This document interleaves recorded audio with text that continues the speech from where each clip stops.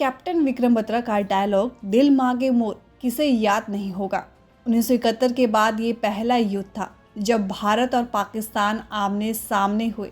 हर साल 26 जुलाई को कारगिल विजय दिवस के रूप में मनाया जाता है, लेकिन क्या आप जानते हैं इसके पीछे की कहानी क्या है? तो चलिए आपको बताते हैं इसके पीछे की कहानी क्या है। 3 मई 1999 को एक स्थानीय चरवाहा अपने एक याक की तलाश में कारगिल की पहाड़ी इलाके में घूम रहा था। तभी उसने वहां कई भारी हथियारों से लैस पाकिस्तानी सैनिकों को देखा। चरवाहे का नाम ताशी नमग्याल था।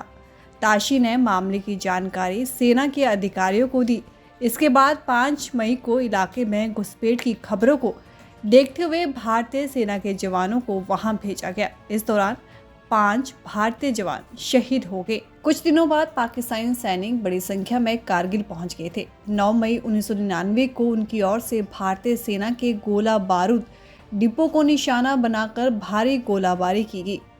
10 मई तक वे नियंत्रण रेखा के पार जम्मू कश्मीर के अन्य हिस्सों में घुसपैठ कर चुके थे, जिनमें दरास और कसार सेक्टर भी शामिल थे। इसके साथ ही जैसे ही भारतीय सेना को इसकी जानकारी मिली तो सेना के जवानों ने ऑपरेशन विजय शुरू कर दिया।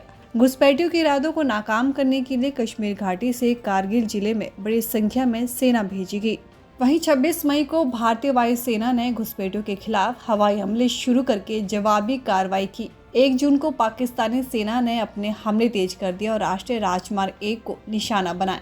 हालांकि भारतीय वीरों ने अपनी वीरता का प्रदर्शन किया और 9 जून तक जम्मू कश्मीर के बटालिक सेक्टर में 2 प्रमुख चोटियों पर पुनः कब्जा कर लिया। भारतीय सेना ने 20 जून तक टाइगर हिल के आसपास के ठिकानों पर कब्जा कर लिया और फिर 4 जुलाई तक टाइगर हिल पर कब्जा किया।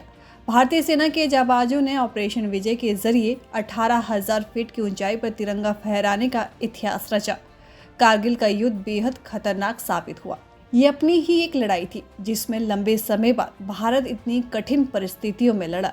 भारत ने हमेशा की तरह पाकिस्तान को हरा दिया। इस बीच फ्रांस और अमेरिका जैसे देशों ने पाकिस्तान पर भारत के खिलाफ युद्ध छेड़ने का आरोप लगाया। 5 जून को भारत की ओर से भी दस्तावेज जारी किए गए जिससे इस हमले में पाकिस्तानी सेना के शामिल होने का पता चला।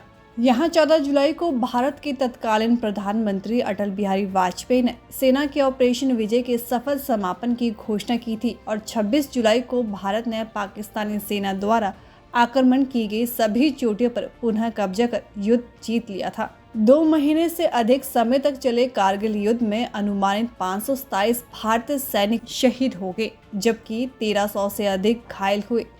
14 जुलाई को तत्कालीन प्रधानमंत्री अटल बिहारी वाजपेयी ने ऑपरेशन विजय की सफलता के बारे में बात की थी।